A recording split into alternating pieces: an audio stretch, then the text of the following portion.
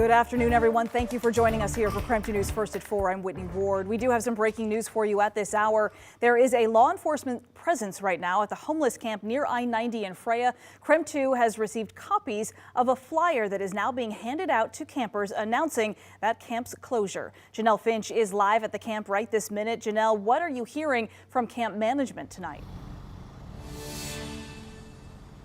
Whitney, in the last hour, there was a lot of commotion here at the homeless encampment off of I-90 in Freya. Behavioral units from the city and the county were handing out flyers that say the camp will be closing soon and campers need to prepare for their next steps. Executive Director of Jules Helping Hands, Julie Garcia, says the way law enforcement went about this was all wrong and the efforts were based in intimidation. She asked Spokane County officials if she could hand out the flyers and she says they told her no. She says 20 to 30 officers entered the camp again, all bringing flyers saying the camp would be closing soon and they needed to figure out what their next steps were. She says the goal is to see this camp come down, but with everyone prepared and ready for what is next for them and with available shelter resources. She says the information in the flyers is also provided in the community resource tent. And again, this was just the wrong way to go about things. She says that this tactic was just laced in intimidation, and this is all coming on the heels as the Catalyst project is set to launch later this week. She says that, again, people want to see this camp come down. Everyone is a part of that effort. This camp is not going to be here forever, but it's all about the right way to do things and moving people in the most natural process as possible.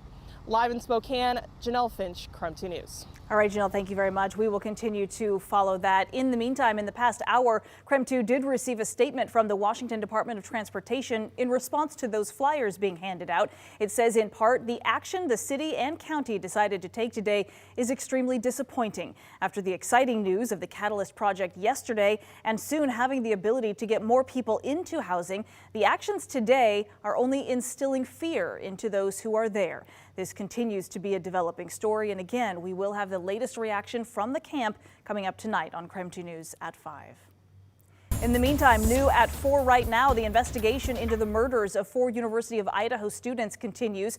Tomorrow, Moscow police say they will begin to remove personal items from the home where those victims were killed. The Moscow police right now saying this is the next step in bringing closure to the victims' families. Law enforcement will be at the house tomorrow morning, taking out those items that are no longer needed for their investigation. They will be taken to a separate location, and that is where family members will be able to pick them up at a later time. There also comes a point in time when the family needs to have those belongings back. The house does remain an active crime scene as police continue their investigation into who murdered Madison Mogan, Kaylee Gonsalves, Xana Kernodle, and Ethan Chapin. Police are still asking the public for any tips, no matter how small, that could lead to a resolution in this case.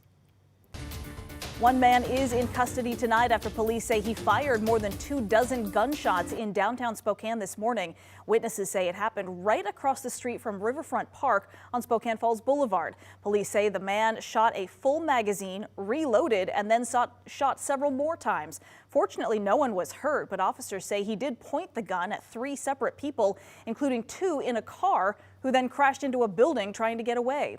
We were the only news organization on the scene when police arrested the man in the middle of the street. They say they did find a gun in the road. That suspect has now been identified as 45-year-old Benjamin Crowfoot. KREM 2 News did speak with witnesses there at the scene who heard the entire thing. We heard gunshots, about probably like 9 at first, and then there was a pause. We kind of came to the window and we're looking out and we seen this guy, and then about 9 more shots went off. I didn't exactly see the gun. He was kind of obstructed a little bit, but he was acting pretty sporadic. He was over here and then ended up over here laying on the ground. Police say Crowfoot does have a history of mental illness. He's now facing multiple criminal charges, including first-degree assault and 28 counts of reckless endangerment.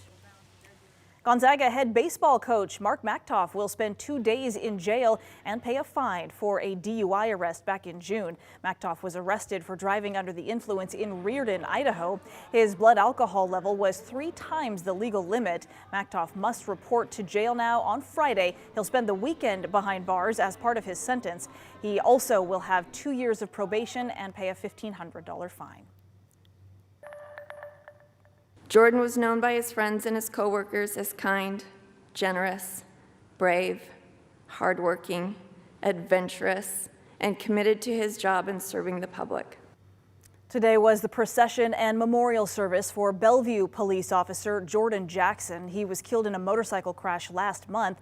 Jackson was on his department motorcycle when he was hit by a truck and then killed. A car was pulling out of a parking lot at the time. Jackson actually grew up here in Spokane and graduated from Issaquah High School and Central Washington University. Jackson leaves behind a wife and 2 young children. It is an issue Spokane neighborhoods are facing every year: thick ice that sticks on the roads for weeks after a big winter storm. And it seems the city doesn't have much of a plan to be able to keep the streets clear. The conditions making driving very difficult and sometimes downright unsafe. Right now, the city says its plows have already used a large amount of snow materials and de-icer this season. Plows have used nearly 200,000 gallons of liquid de-icer and 370 tons of traction sand. And it's only the first week of December. The city says it is prepared for the rest of the winter ahead, but with more snow in the forecast, some people say there are ways that the city should be improving when it comes to clearing the roads, starting with treating streets that are still covered in snow right now. If you feel like your block was missed in last week's full city plow, you can call 311 to get a plow to come to your street.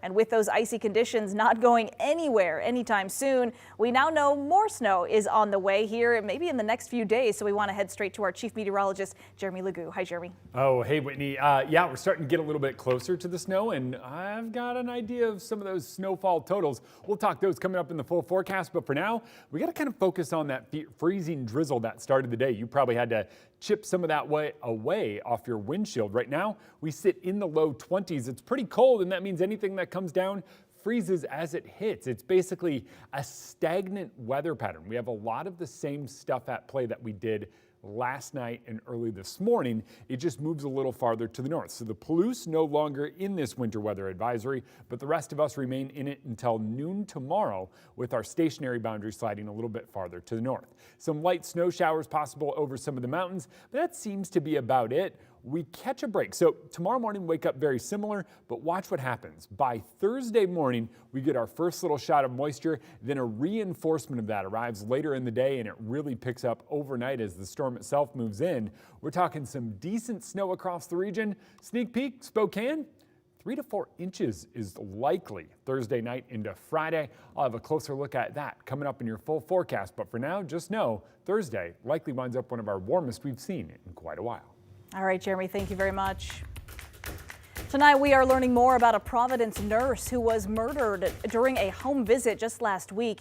56-year-old Douglas Brandt is being remembered tonight as someone who put others before himself, a talented musician and a man of faith. KREM 2's Kyle Simchuk spoke with those who knew Brandt, who say they are shocked and devastated at his death. People like him in our community are really priceless, and we should really treasure these people. Doug Brandt spent nearly 20 years working for Providence, more recently as a home health caregiver. Last week, he was checking up on a woman who recently had a stroke when her grandson, who suffers from mental health issues, shot and killed him. We found out when Doug's sister called us to let us know that something tragic had happened to Doug. Kevin Wilfley was Doug's pastor at the Upper Columbia Academy Church outside of Spangle.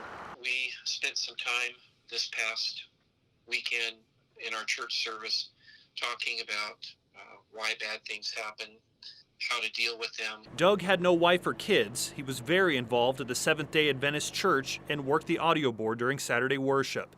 And when he wasn't taking care of patients, he was teaching kids how to play guitar at the school operated by the church. He even let a student borrow one of his guitars days before his death, according to Vice Principal Charles Hartman. He said, I was having problems with my guitar, so Doug lent me one of his guitars, and now what do I do with it? And, how do you answer that? what do you answer? They're not supposed to have to face this type of thing, We did have a short assembly to let them know just that we had lost Doug to an act of violence. Doug's church is now left wondering how they'll honor the man who used his many talents to help others in life. We should never take them for granted. Love the people in your family. Don't put off caring for them and the compliments that they need to hear, because you never know when you won't have that opportunity. In Spokane, Kyle Simchuk, KREM 2 News.